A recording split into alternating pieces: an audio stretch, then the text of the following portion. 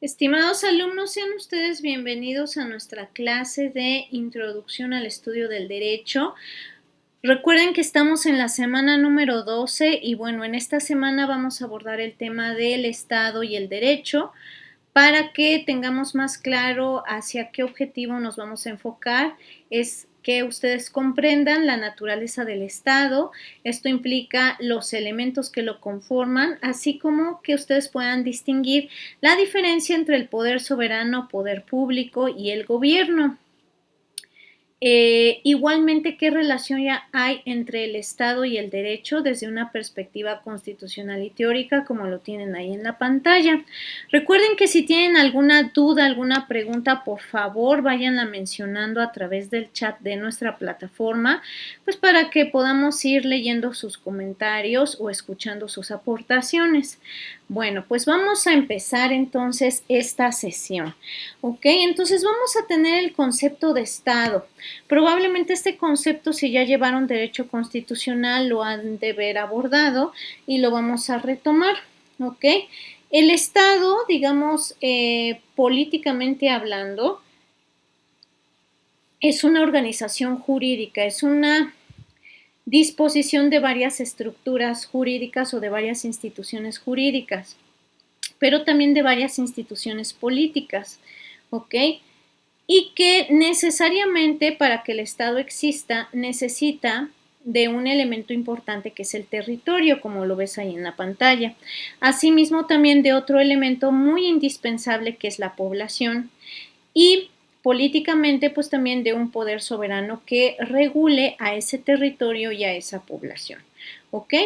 Uno de las definiciones más conocidas de este concepto o de este término, más bien Estado, es de George Jelinek, ¿ok? La cual ya tienes ahí en la pantalla. ¿Y cómo nos va a estar diciendo Jelinek que comprende al Estado?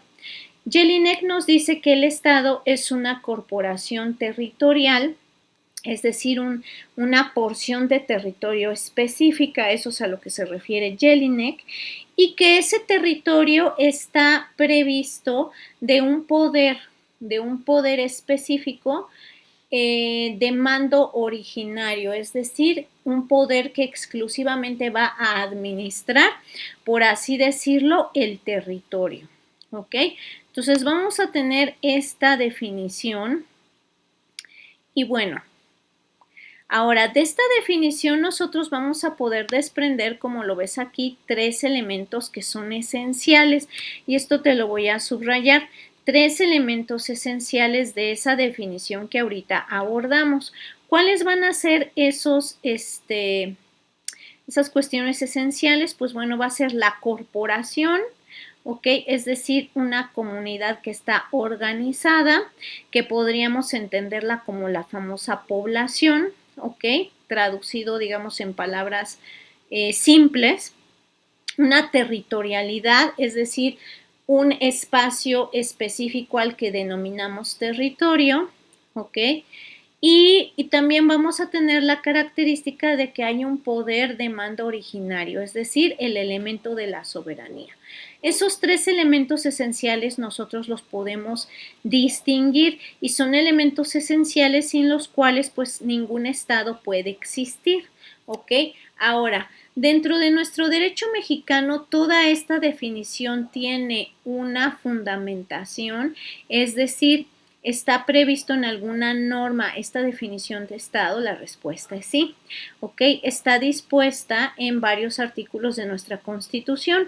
No define así como Jelinek lo que es el Estado, pero sí aborda estos tres elementos esenciales de los cuales, pues, Jelinek se vale para darnos una definición, ¿ok? Esos artículos van a ser el artículo 39 y el artículo 40. Sobre todo el artículo 39 que nos dice, pues no, que la soberanía, ese poder de mando originario que nos dice Jelinek, pues está residiendo en el pueblo. El hecho de que diga en el pueblo, pues ya implica, ¿verdad?, que hay una corporación o una población, como lo decíamos así, ¿ok? Y también el artículo 40 que nos dice que la forma de gobierno pues es representativa, democrática, laica y federal, como lo sabemos, ¿ok?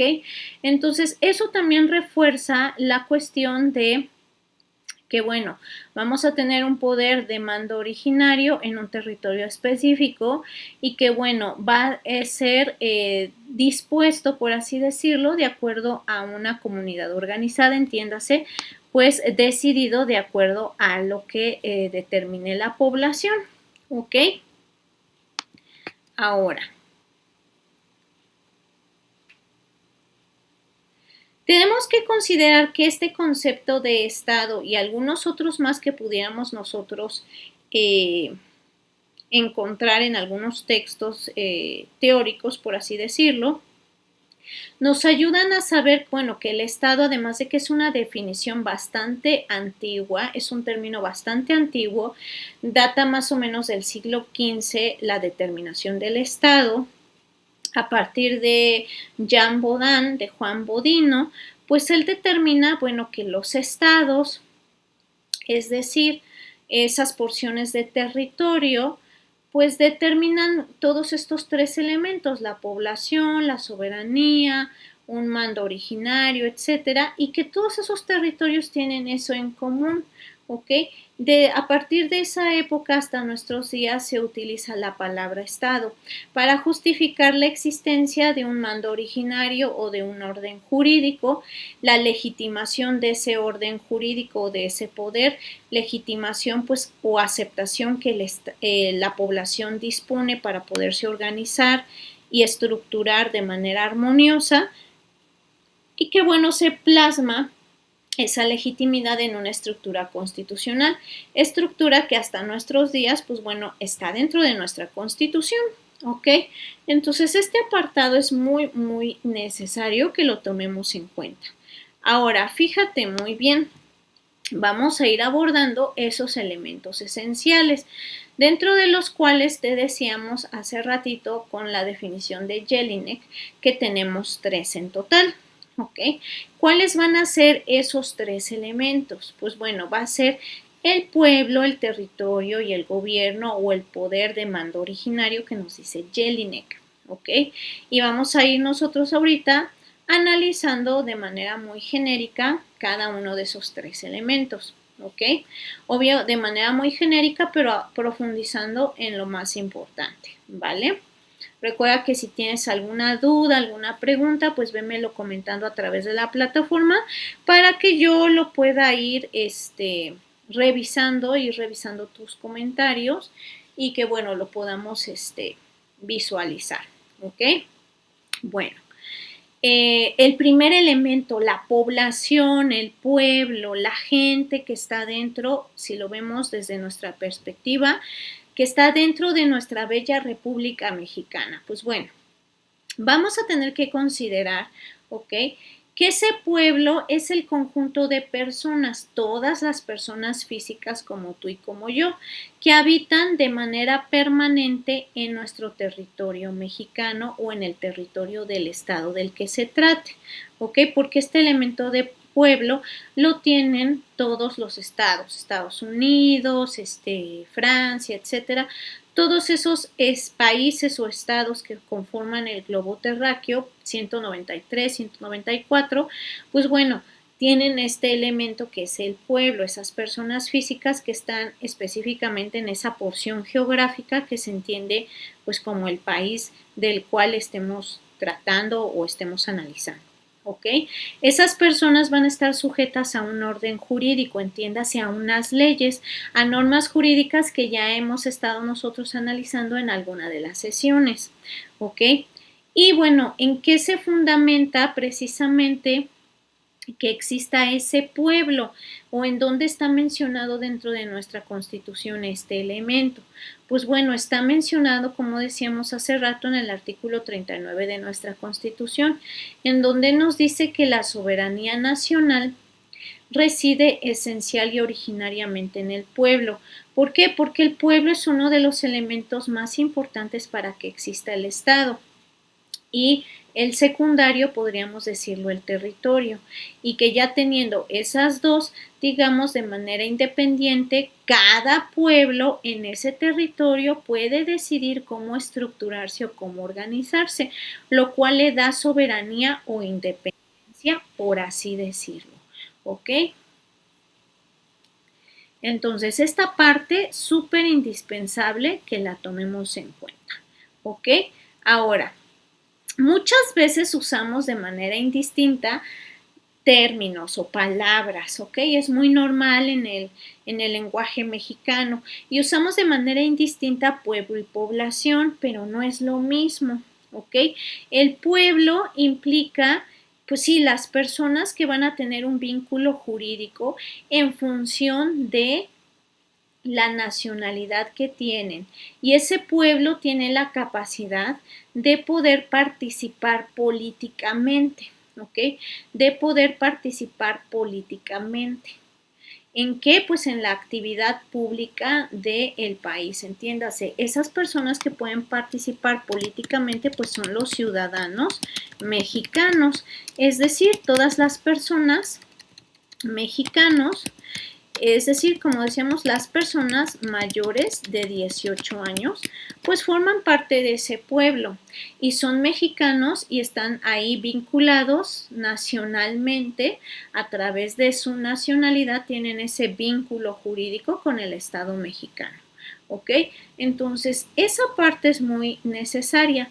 Contrario sensu, ahorita vamos a poner esa parte de la población, que la población pues va a ser un conjunto de personas, de personas físicas como tú y como yo, que sí habitan en un lugar determinado, es decir, en un en una cuestión, pues en un territorio determinado, en este caso en toda la demografía, digo toda la demografía, toda la geografía, perdón, de nuestro territorio nacional, y que comparten ciertas características comunes. ¿Como qué características comunes pueden ser? Pues puede ser el sexo, la edad, la ocupación, el lugar, ¿verdad? En donde residen, todos esos elementos, digamos, son propios de la población, y digamos que ese término, pues bueno, es estadístico principalmente, ¿ok? Es estadístico, por algo se hace el censo de población, ¿ok? Ese censo de población, pues precisamente va enfocado pues a que nosotros podamos determinar dentro de nuestra bella República Mexicana, pues cuántas personitas, ¿verdad? Cuántas personitas específicamente pues están del mismo género, ¿no? Por eso te digo que son personas, ¿ok? Que habitan específicamente o que se encuentran en un lugar determinado y que comparten ciertas características comunes. Ahorita vamos a poner esa parte para que la podamos tener, ¿ok? Entonces, población, ahí lo tienes, que comparten ciertas características comunes, que decíamos sexo, ¿ok? Ocupación, edad, lugar de residencia, ¿ok? O de vivienda.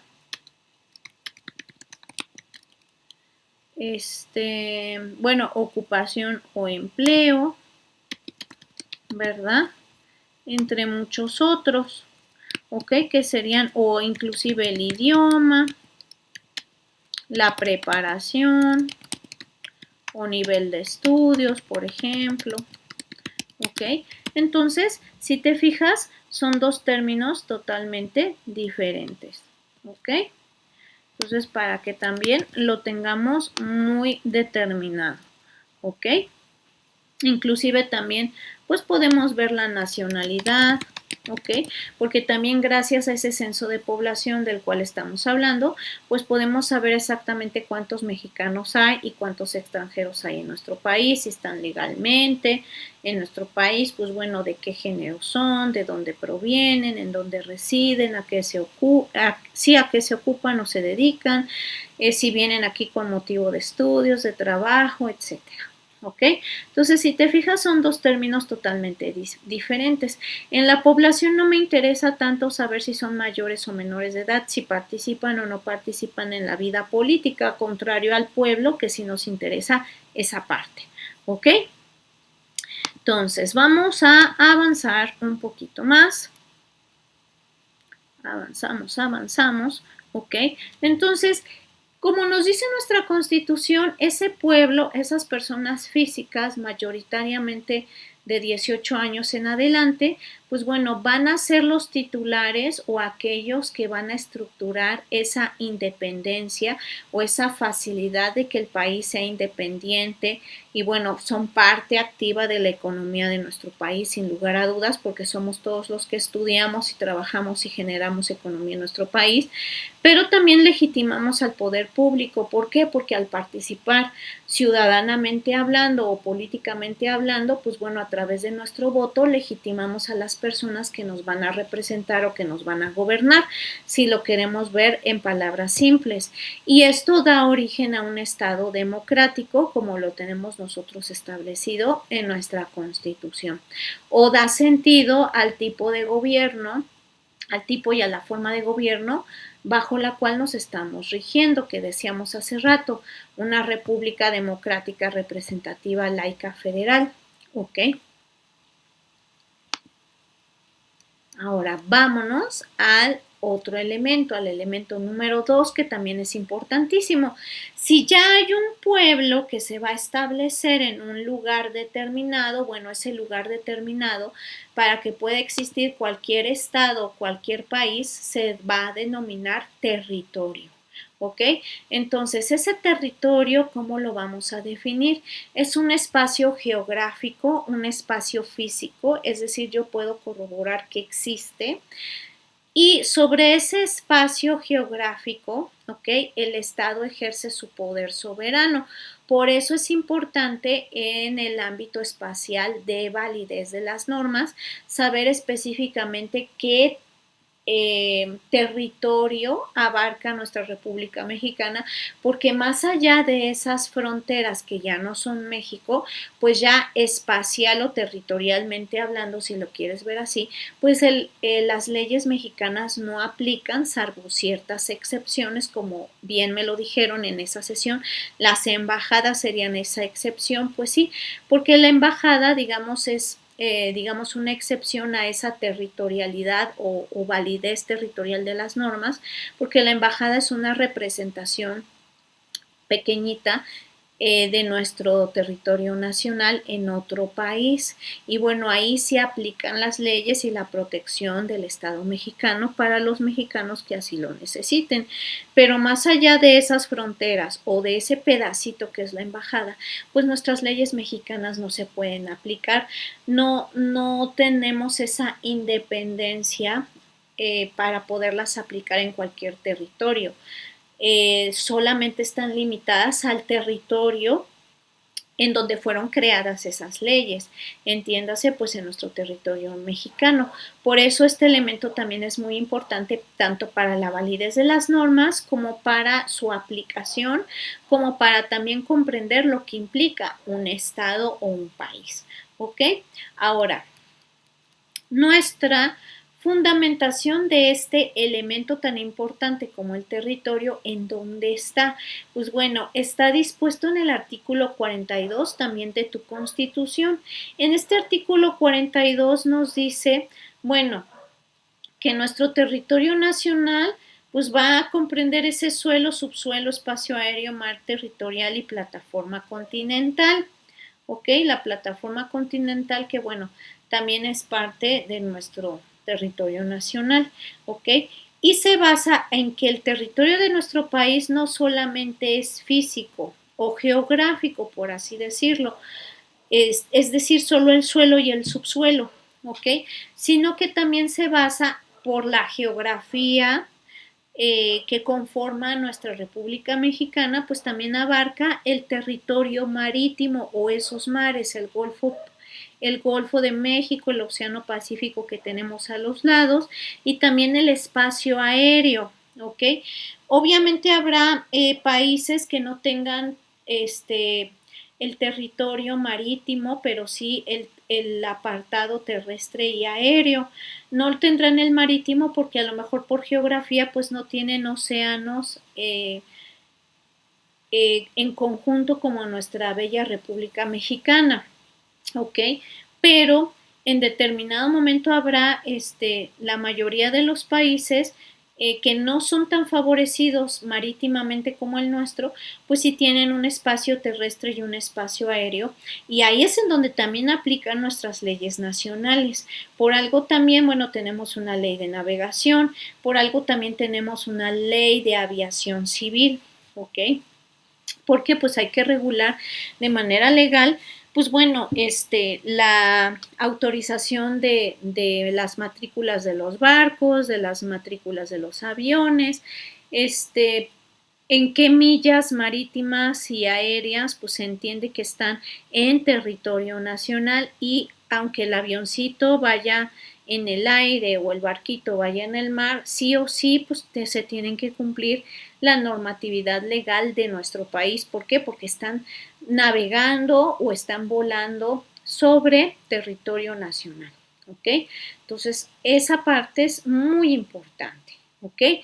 Entonces, nuestro territorio, además de delimitar, digamos, geográficamente cómo se compone nuestro país, también, como lo vemos, pues delimita la competencia del Estado, es decir, hasta dónde el Estado va a estar regulando lo que se haga con los recursos naturales, hasta dónde el Estado va a estar vigilando que las personas hagan lo correcto o sancionando cuando no hacen lo correcto, ¿ok? Ya sea en la tierra, en el mar o en el aire, irónicamente, ¿no? Y también nos permite comprender hasta dónde llega la aplicación de nuestra norma o del derecho, como decíamos, con el ámbito espacial de validez, ¿ok?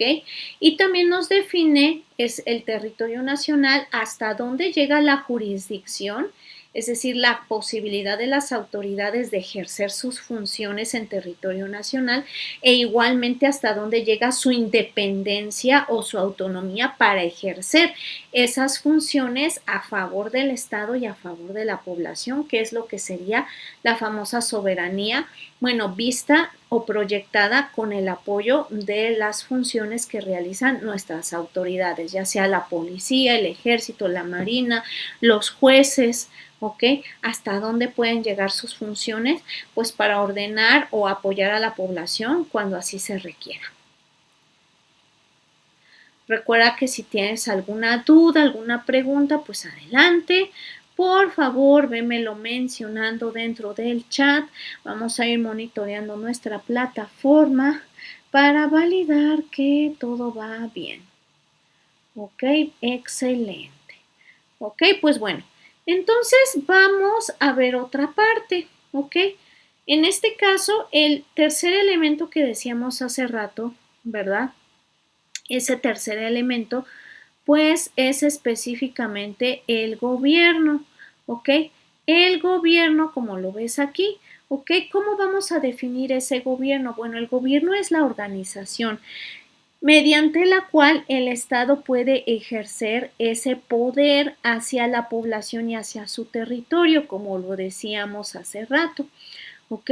Entonces, ¿ese gobierno va a tener también una fundamentación en nuestra Constitución? Sí, en el artículo 40, como decíamos al inicio de nuestra clase, se nos dice que el gobierno o la forma en la cual va a ejercer el Estado su poder es de manera republicana, representativa, democrática, laica y federal.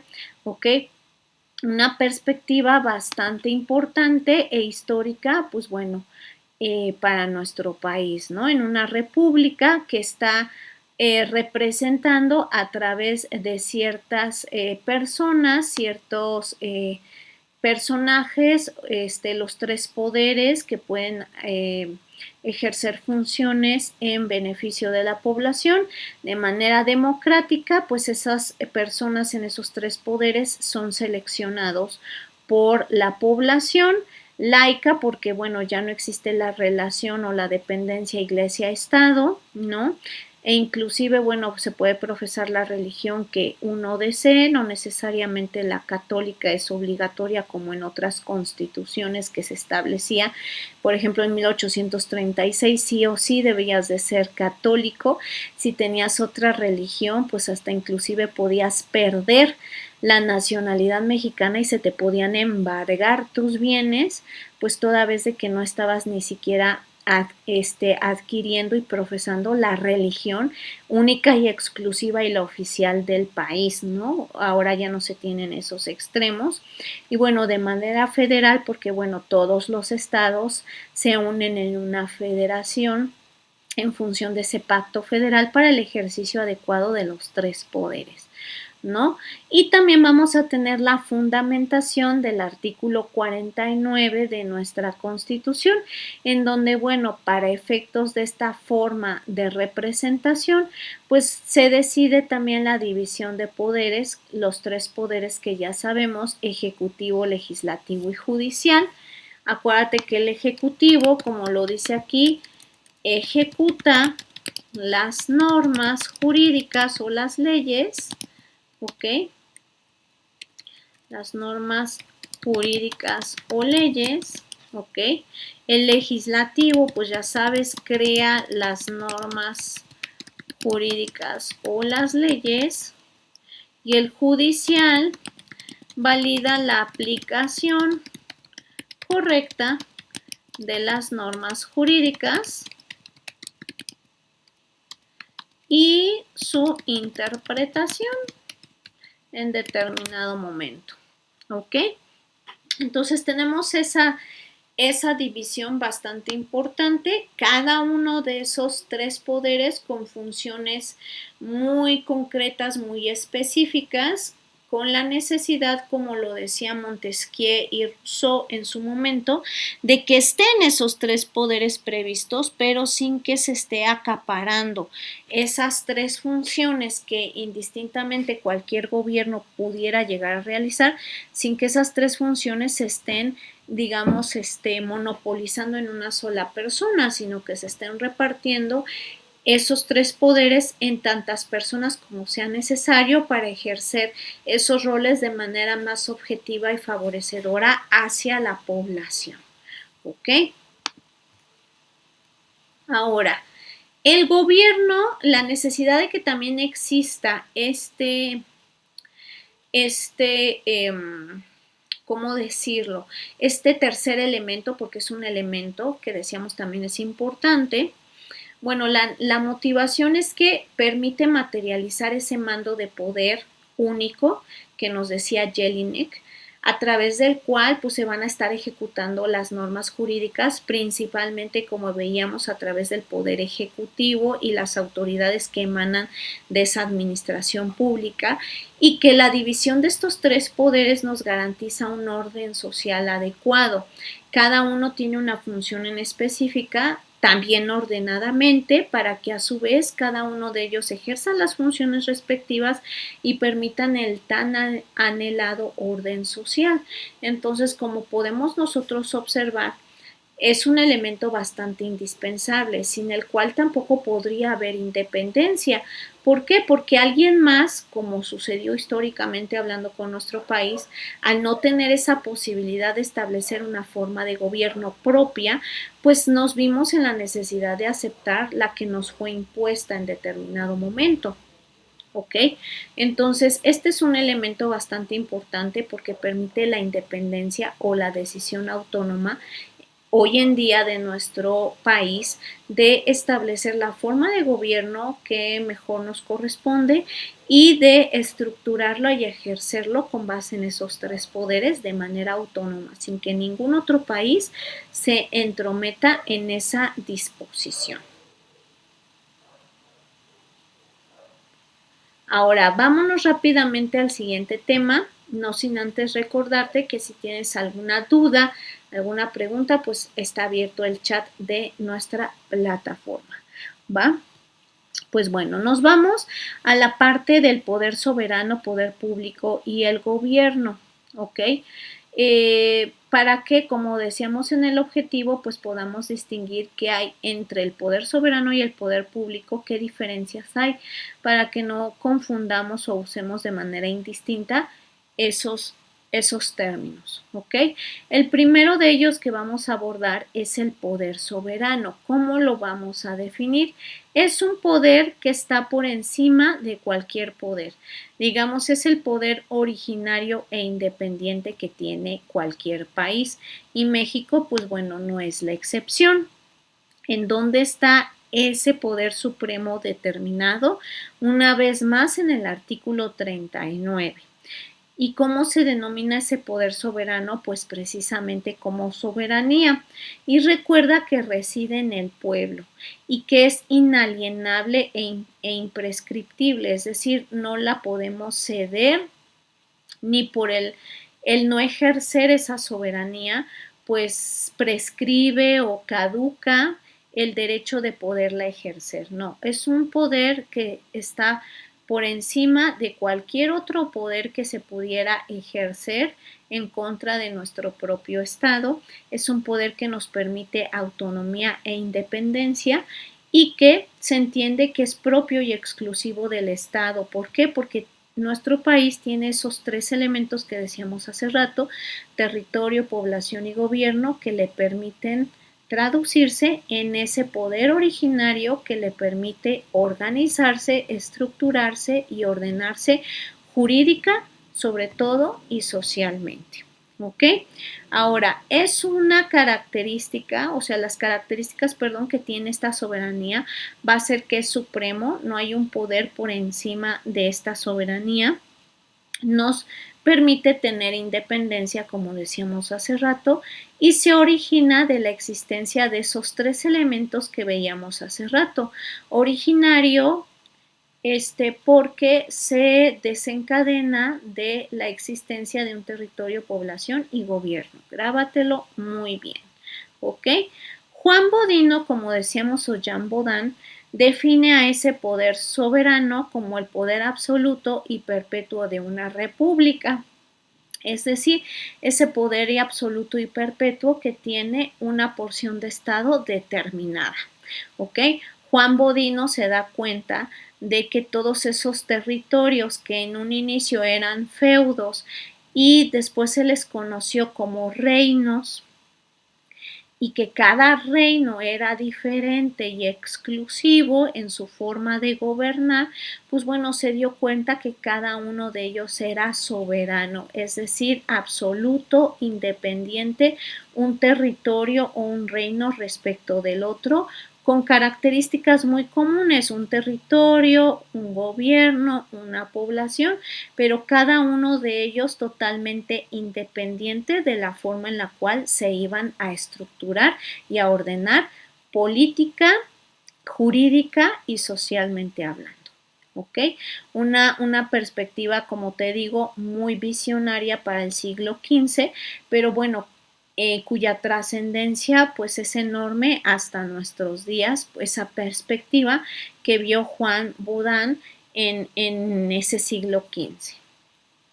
Ahora, el otro poder que vamos a distinguir es el poder público, ¿ok? Porque muchas veces dicen, no, es que por poder público ningún país nos puede intervenir, ¿no? Con estas cuestiones que vemos en las noticias de que Estados Unidos le encanta pues ser el salvador o solucionador de varias cosas en otros países, ¿verdad? Mucha gente dice es que por poder público no puede en determinado momento hacer esas intervenciones, determinar cómo regularte, cómo organizarte y demás. Hasta cierto punto es correcto, Estados Unidos no puede o no debe de intervenir en esa situación, pero no se justifica por poder público. En ese caso se justificaría que por poder soberano, ante esa independencia que tiene cada país, por ese poder supremo de que no haya alguien más que organice a ese país, sino que específicamente cada país se estructure como lo decida, precisamente por ese poder supremo, por esa soberanía que conocemos, ningún país ni Estados Unidos se puede justificar en que intervenga en la forma en la que cada país decida organizarse. Ahí la expresión correcta sería que por poder soberano ni Estados Unidos puede intervenir en México ni en ningún otro país. Sin embargo, pues bueno, sabemos, como lo vemos en las noticias, pues que a Estados Unidos eso no le impide muchas veces realizarlo. ¿Ok? Ahora, por poder público, ¿qué vamos a entender entonces? Poder público es la manifestación de esa soberanía a través de los órganos del Estado. ¿Ok? Esa soberanía se traduce en que el Estado se va a organizar y se va a organizar con un poder que va a dividir en tres aspectos, en el aspecto legislativo, ejecutivo y judicial. Es ahí donde el Estado, pues sí, de manera independiente va a decir cómo organizarse políticamente y administrativamente hablando, sí, pero eso lo va a realizar en la perspectiva legislativa, ejecutiva y judicial. Entonces, el poder público lo vamos a entender como las instituciones que integran ese poder ejecutivo, ese poder legislativo y ese poder judicial que conocemos, ¿ok? Por algo se dice que el ejecutivo pues es el que conoce y ejecuta o cumple inicialmente la ley y solicita o establece la forma en la cual la población la va a cumplir. ¿Y cómo lo va a hacer? Pues a través del presidente y de las secretarías de Estado. ¿Por qué? Porque son parte de la administración pública, es decir, son los que administran el poder soberano del Estado para que se conozca la ley, para que se cumpla la ley, para que inicialmente la conozca y la cumpla el presidente y esas autoridades o secretarías de Estado, y de ahí se baje la ley a la población para que también la conozcamos y la cumplamos. Igualmente, en poder legislativo, pues bueno, se va a traducir en esas instituciones que conforman el legislativo. A nivel federal, pues en los diputados, senadores, que son el Congreso de la Unión, que van a crear esas leyes. Y a su vez, esa estructura se pueda traducir también estatalmente hablando, que también haya un poder legislativo, pues para que cree las leyes que sean necesarias para pues todos los estados, cada uno de los estados de la República. Igualmente, todas las instituciones que forman el Poder Judicial de la Federación, desde la Suprema Corte de Justicia, los juzgados, los tribunales unitarios y colegiados de circuito, los juzgados de distrito, ¿ok? Los, todos ellos, por ejemplo, los ministerios públicos y demás, para que el Estado pues, se pueda organizar de esa forma y haya gente que aplique la ley, valide que se aplicó de manera correcta o en su caso pues interprete la manera correcta en la que se debe de entender o aplicar la ley a diferentes situaciones. ¿Ok? Entonces, esta división de poderes la vamos a encontrar en el artículo 49 de nuestra Constitución. ¿Ok? Es necesario, ya que distingamos estos dos poderes, ya viste que son dos cosas totalmente diferentes, aunque hay mucha gente que las utiliza pues de manera indistinta, pero ya viste que no son lo mismo. ¿Ok? Y el hecho de que exista un poder público, es decir, esta división de ejecutivo, legislativo y judicial, tiene una base muy específica o un motivo por el cual está dividido así. Como te decía hace rato, la intención es de que no se concentre el poder en una sola persona, como se veía antes de que existieran esas revoluciones y la tan famosa división de poderes de Montesquieu. Permite un equilibrio institucional, porque como el poder se divide en tres y no se monopoliza en una sola persona, sino que se reparten tantas personas con el conocimiento suficiente para ejercerlo, pues eso permite un equilibrio institucional más eficiente. Y obviamente esto nos garantiza el Estado de Derecho, aunque sabemos hoy en día en muchos países, México no es la excepción, ¿verdad?, de que ese Estado de Derecho a veces se puede corromper, ese equilibrio institucional también se puede corromper y bueno, eso permite que a veces no haya un equilibrio tan eficiente y a veces haya abusos de autoridad o ineficacia de la autoridad pues para sancionar ciertas situaciones. ¿Ok? Ahora, el otro término que vamos a abordar es el de gobierno. ¿Ok? Ese gobierno, ¿ok? Tenemos que tener claro de que el gobierno pues tiene una diferencia clave, ¿ok? No es lo mismo decir es que hay gobierno, hay soberanía que poder público, ¿ok? El gobierno, ¿qué va a hacer? Pues va a ser la manera en la cual se va a administrar el poder, es decir, la manera en la cual el presidente va a decidir ejercer ese poder en función de la población. ¿Ok? Eso es lo que va a hacer el gobierno y va a ser distinto de ese poder público, porque el poder público siempre va a estar estructurado, sí o sí, ese poder público va a ser siempre el poder ejecutivo, legislativo y judicial y como te decía, todas las instituciones que emanan de cada uno de esos tres poderes. Y la soberanía no es lo mismo que el gobierno, ¿ok? La soberanía pues es ese poder soberano o esa independencia que tiene nuestro país, ¿ok? Y es importante que veamos lo siguiente. ¿En quién reside la soberanía? Recuérdalo muy bien, en el pueblo. Y el pueblo de manera independiente decide cómo estructurarse, gobernarse y demás, ¿ok? El poder público, acuérdate que es la estructura que se va a adoptar para el ejercicio de ese poder soberano o de esa independencia. Se va a estructurar en ejecutivo, legislativo y judicial y todas las instituciones que permiten ver de manera más práctica y estructurada esa independencia para poder ordenar de manera útil la vida de las personas, ¿ok? Pero el poder ejecutivo, sobre todo, pues se va a valer de una forma de gobierno, de una forma de administrar ese poder. ¿Y cómo lo va a hacer? Lo va a administrar a través de las autoridades que le van a apoyar. Entiéndase, pues a través de las secretarías de Estado, de los funcionarios públicos, de la policía, del ejército, etcétera. ¿Ok? Entonces, como podemos ver, pues son tres términos bastante diferentes. Ahora, vamos a ir viendo el otro temita que es la relación que existe entre el Estado y el derecho. ¿Ok? Nada más déjenme ir viendo cómo vamos en nuestro chat, porque luego a veces la plataforma no me dice qué onda, pero vamos bien. ¿Ok? Y acuérdense que si tienen alguna duda, alguna pregunta, pues por favor me lo van mencionando en el chat. ¿Ok? Ahora, fíjate muy bien, ¿qué relación entonces va a haber entre el Estado y el derecho? Ya viste cuáles son los elementos que conforman al Estado, ¿ok? No podemos comprender que haya un Estado sin derecho ni el derecho sin el Estado. Son dos elementos bastante importantes, ¿ok? El Estado, ya una vez de que se origina, es el que crea el derecho. ¿Ok? ¿Por qué?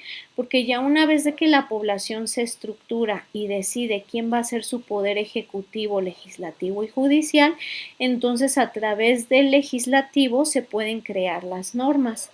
¿Ok? Entonces, si te fijas, ahí podríamos decir, siempre hay un dicho filosófico, ¿no? Una pregunta, un acertijo. ¿Qué fue primero, el huevo o la gallina? Y por ahí podríamos decir en el derecho, pues tendríamos nuestro acertijo más o menos similar. ¿Qué fue primero, el Estado o el derecho? Y bueno, siempre hay, ¿verdad? En este caso, sí hay certeza que va a ser primero el Estado. ¿Para qué? Para que pueda existir el derecho. Porque del Estado vamos a sacar al poder soberano, del poder soberano vamos a determinar el poder público y de ese poder público va a salir el legislativo. Entonces, por lo tanto, de ahí vamos a poder producir las normas jurídicas a través del poder legislativo y ya creando esas normas jurídicas se entendería que el derecho ya existe. ¿Ok? Entonces, esas normas jurídicas, como lo veíamos, van a ser esas leyes federales, reglamentos, leyes estatales que van a estar ordenando la vida de la mayoría de las personas en nuestra sociedad. ¿Ok? Sin embargo, el derecho también es una parte importante para el Estado. ¿Ok? ¿Por qué? Porque el derecho va a limitar la función del Estado. El Estado también tiene que estar controladito, no puede ejercer cosas arbitrarias, ¿ok? Entonces, el derecho va a estar limitando la función del Estado para que pueda existir el Estado de Derecho o el ideal de lo que el Estado debe de procurar para el adecuado desarrollo de su población en todos los sentidos, ¿ok? Entonces, este Estado de Derecho va a ser ese poder al que está sujeto las normas jurídicas, ¿ok? O ese límite al que están supeditadas las normas jurídicas. ¿Para qué? Para que se respeten los derechos fundamentales de las personas a través de esas normas jurídicas. Y respetando esos derechos fundamentales, pues tú puedes vivir, tú puedes estudiar, tú puedes tener una vivienda digna, tú puedes trabajar, tú te puedes asociar y eso permite un adecuado desarrollo de todas las personas en la población. Entonces, eso permite un Estado de Derecho ideal, ¿ok? La fundamentación de esos derechos humanos, pues es el artículo primero, que es en donde el Estado, pues, reconoce y garantiza que esos derechos humanos, pues, van a estarse ahí reconociendo de parte de la Constitución. Tan es así de que están del artículo primero al 29 de nuestra Constitución, ¿ok? Tan es así de que el Estado garantiza que cualquier persona que esté en territorio nacional va a gozar, se le va a permitir el ejercicio de esos derechos, ¿ok? Y que, bueno, tiene un extra de límite que con toda legalidad y seguridad jurídica, si es necesario limitar en parte esos derechos, pues bueno, de manera fundamentada y motivada, como lo sabemos como abogados, pues nos van a estar mencionando el por qué esos derechos momentáneamente no los vamos a poder ejercer, ¿ok? Ahora vamos a ir viendo la relación entre el Estado y el derecho, ¿ok? Tenemos dos teorías inicialmente, la teoría monista y la teoría dualista, ¿ok? La teoría monista es en la cual Hans Kelsen nos dice que el Estado, ¿ok? Siempre está provisto de un orden jurídico exclusivo, ¿cuál? El mismo que crea el Estado, ¿ok? Entonces, las leyes mexicanas, viéndolo desde esta perspectiva de la teoría monista, el Estado, sí o sí, el Estado mexicano tendría leyes mexicanas exclusivas creadas por su poder legislativo mexicano, entiéndase por el Congreso de la Unión, y sí o sí esas serían las únicas leyes válidas para aplicarlas en territorio nacional. ¿Ok? Y la teoría dualista nos dice que el Estado y el derecho son distintos, pero son interdependientes. ¿Ok? ¿Eso qué significa? Que para que el Estado evolucione, ¿ok? Necesita de las leyes. Pero a su vez, estas leyes deben de ir evolucionando, ¿ok? A la misma par en la que el Estado va evolucionando. De ahí que muchos países como México, precisamente, ¿ok? Tenemos una teoría mixta en donde muchas de nuestras leyes sí o sí se han modernizado, pues porque la población o el Estado va modernizándose y por lo tanto esa modernidad se tiene que ir agregando en nuestras leyes, ¿ok? Pero sí o sí, ¿cuáles leyes van a ser válidas? Pues exclusivamente las que cree el Congreso de la Unión. Entonces, por eso se dice que tenemos una cuestión mixta.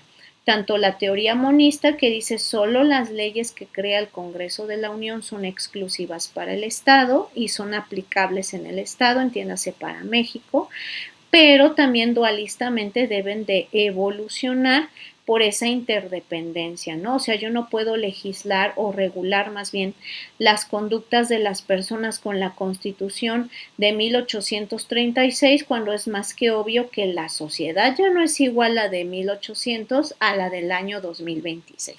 ¿Ok? Entonces, de manera interdependiente, si la población o el Estado evoluciona, y es necesario que esa misma evolución se plasme en el derecho, bueno, lo vamos a plasmar, sí, por esa interdependencia, pero ¿quién va a ser el encargado de plasmar esa evolución? El poder legislativo. ¿Cuál en nuestro país? El Congreso de la Unión, ¿ok?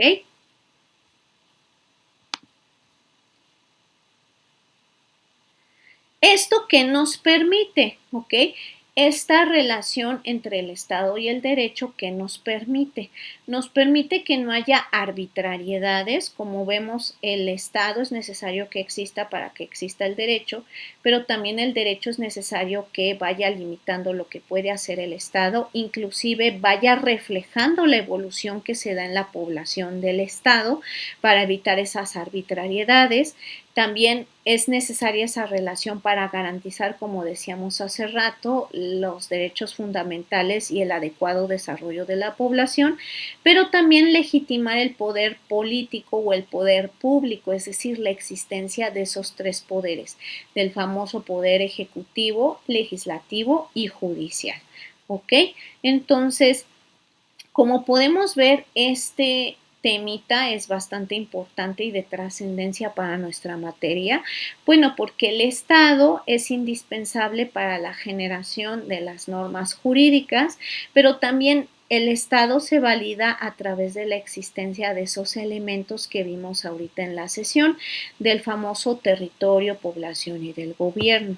Tan es así que de existir estos tres elementos, tendríamos también la posibilidad de ver como resultado el ejercicio de la soberanía que reside en el pueblo, ¿ok?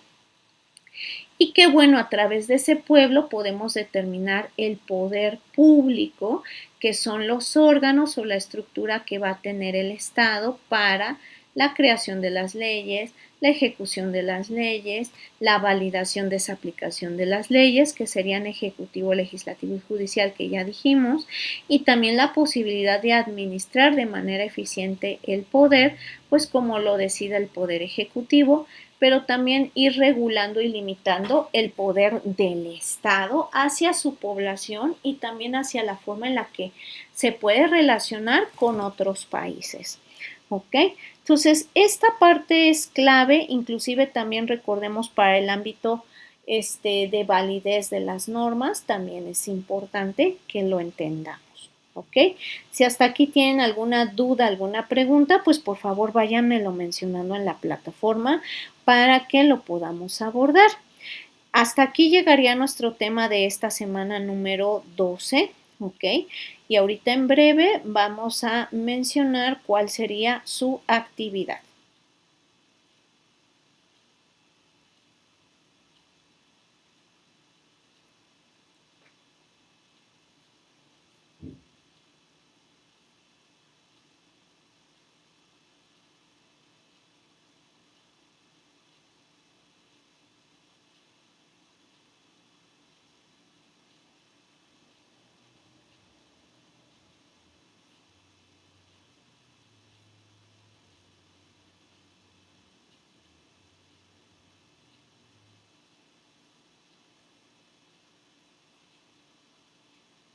Perfectísimo. Entonces, Fíjate bien, en esta semana vas a tener una actividad bastante interesante, ¿ok? Vas a leer la noticia que vas a poder descargar de aquí, ¿ok? Inclusive yo en otra pestañita te voy a copiar y pegar la noticia. Esa noticia se llama La tragedia de las dos Cecilias en la crisis de los desaparecidos de México, caso que llegó a la ONU. ¿Ok? Lo vas a poder verificar en una tercera pestañita para que tú puedas leer esa noticia. Por si acaso el link que te pongo aquí a disposición no lo pudieras aperturar, bueno, lo puedes tú verificar dentro de los recursos que yo voy a publicar de la sesión de esta semana. ¿Ok? Ya una vez de que tú leas bastante bien este recurso, ¿ok? Fíjate bien, ¿qué es lo que vas a hacer? Vas a contestar unas preguntas. Esta actividad está en 3 apartados, ¿ok? En el primer apartado vas a analizar o a identificar cuáles son los elementos del Estado. Si se encuentran plenamente garantizados los elementos del Estado, es decir, el pueblo, el territorio y el gobierno, explicándome si a tu criterio, ok, el Estado está cumpliendo sus funciones esenciales y si se observa el debilitamiento de algún elemento de estos tres, es decir, si está siendo débil o afectado el pueblo, el territorio o el gobierno, ¿ok? Segundo apartado, va a enfocarse en la soberanía, poder público y gobierno, ¿ok? ¿Qué es lo que me vas a determinar? Si el Estado mexicano está ejerciendo efectivamente su soberanía en este caso, ¿ok? ¿Qué fallas identificas en el ejercicio del poder público? Recuerda que ese poder público son las instituciones de gobierno que garantizan pues la forma en la que se va a gobernar a la población o las instituciones que van a apoyar en crear leyes, en ejecutar leyes, en la seguridad de la población, en validar la interpretación o el juzgar ciertos casos, ¿ok? Tercer punto, si el gobierno está cumpliendo con su función de garantizar la seguridad, ¿ok? Y esto te va a poder, esas 3 preguntas te van a permitir que tú puedas diferenciar de manera correcta la soberanía, el poder público y el gobierno. Y el tercer apartado, ¿ok? El tercer apartado, tú me vas a mencionar la relación que existe entre el Estado, ¿ok? Y el derecho. Me vas a decir si se respeta el Estado de Derecho en esta situación. Recuerda que el Estado de Derecho es lo que limita los excesos o limita más bien que no haya excesos o fallas de parte del Estado, ¿ok? Entonces, mencióname si se respeta el Estado de Derecho o no. ¿Qué derechos humanos están siendo afectados o vulnerados? Y si el derecho está siendo eficaz o hay alguna ruptura del orden jurídico a tu criterio. ¿Ok? Igualmente respóndeme, ¿ok? De manera, digamos, crítica, como para concluir esta actividad, si tú consideras que existe una crisis de Estado en nuestro país en función de este caso, una crisis de Estado quizás en función de la seguridad de la población, ¿ok? No nada más me digas, sí, yo creo que sí hay una crisis. Bueno, además de ese sí, dime bajo qué elementos consideras que esa crisis se puede evidenciar a través de este caso, ¿ok? Y por qué a tu criterio está presentándose esa crisis o ese problema de seguridad en nuestro país, ¿ok? Ya una vez de que termines tus reflexiones en función de estos 4 puntitos, pues bueno, subes tu actividad a la plataforma y en determinado momento pues ya yo la estaré revisando para que tú puedas ¿ok? Para que tú puedas realizar tu actividad y puedas ir viendo cómo vas avanzando en tu promedio general de esta materia. ¿Ok? Recuerda que si tienes alguna duda, alguna pregunta, pues con toda confianza me la puedes también hacer llegar a través de plataforma o a través de mensajito de WhatsApp para que pues yo te pueda apoyar en el desarrollo de esta actividad.